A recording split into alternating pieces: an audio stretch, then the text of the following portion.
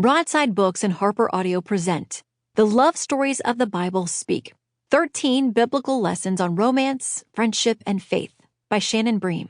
This is the author. Dedicated to my beloved Sheldon, of all the love stories God will ever script, ours will always be my favorite.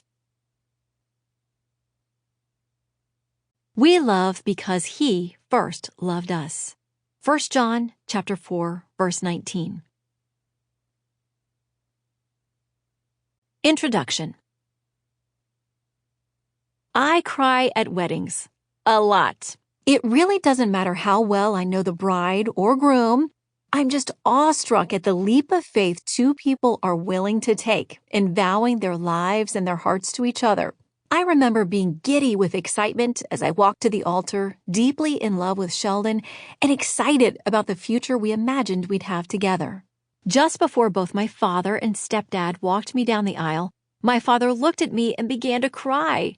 His emotion confused me a bit because I was ready to joyfully sprint to the front of the church and get this show on the road. Midway through the ceremony, the pastor had Sheldon and me turn to face our families and friends, and I was shocked at what I saw. His three sisters were literally sobbing, to the point that I suddenly wondered if they didn't want their brother to marry me. And that confusion is what poor couples must feel when they see me crying through their ceremonies. It's all a matter of perspective.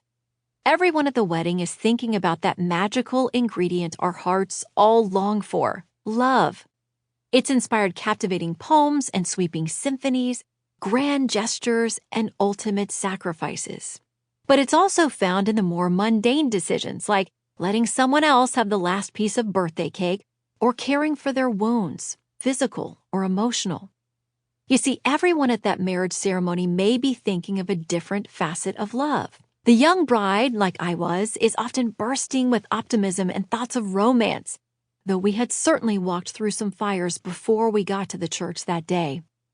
Others may be remembering their own heartbreaks, knowing from experience that the road ahead will test every syllable of the vows the couple is about to utter, and that the community who stands around them will make all the difference. Some attendees will likely be taking their own trip down memory lane, remembering the day they said, "I do," and wondering how they so quickly fast-forwarded to the blessing of becoming grandparents, seemingly overnight. The important point is that love is a lot bigger than just romantic feelings. Even at a wedding where we gather to celebrate what many of us consider the most straightforward form of romance, we see how much bigger and more varied love is for everyone in the congregation.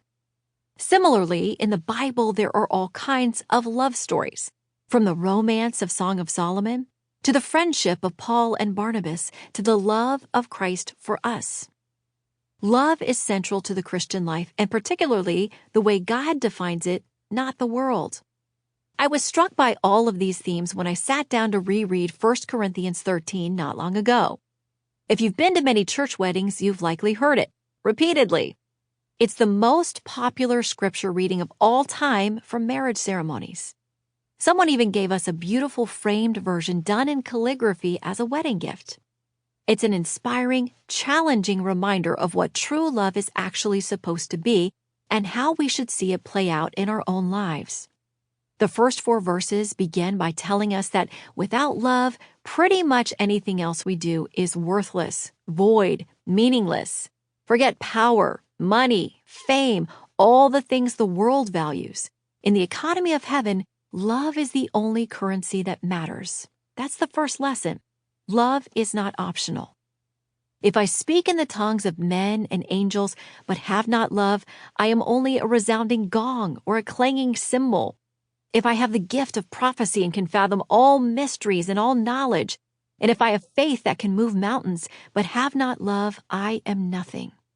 If I give all I possess to the poor and surrender my body to the flames but have not love, I gain nothing.